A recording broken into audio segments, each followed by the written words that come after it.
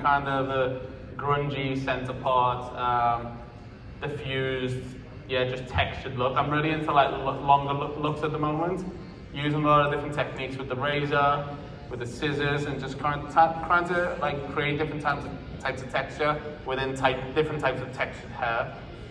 That's what I find like challenges me most at the moment. And as I go through, I'm just gonna go and cross, what's the word? Cross-check? Cross-check, that's the one. I'm trying to think of terminology in the US that we have in the UK, and then I get confused, so. We don't say shears, we say scissors, so. So as I pick that up, you always want to be going the opposite way to the way you cut it. So where I'm going vertically, I want to cross-check horizontally. I can see that's kind of working well, but there's still length around this, you know, the perimeter that I want to keep because I'll personalize that towards the end.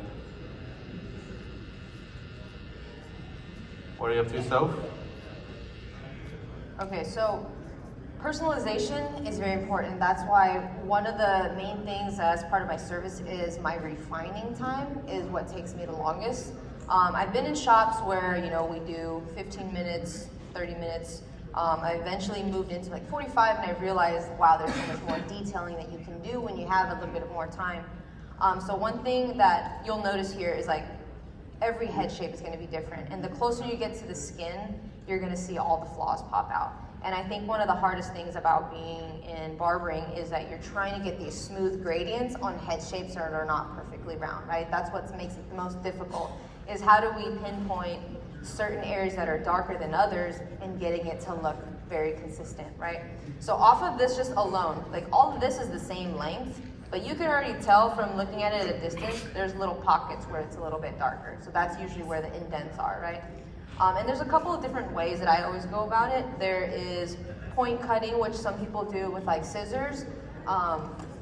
You guys may have seen this probably online somewhere where people go in and they point cut any of those areas to lighten it. Another way to do it is corner cutting on a blade, right? Corner cutting on a clipper, you tilt it on its side and then you work just in that space. But the one thing that you mainly have to remember is like where your guidelines are, because that way when you go and refine, everything makes a little bit more sense about where you're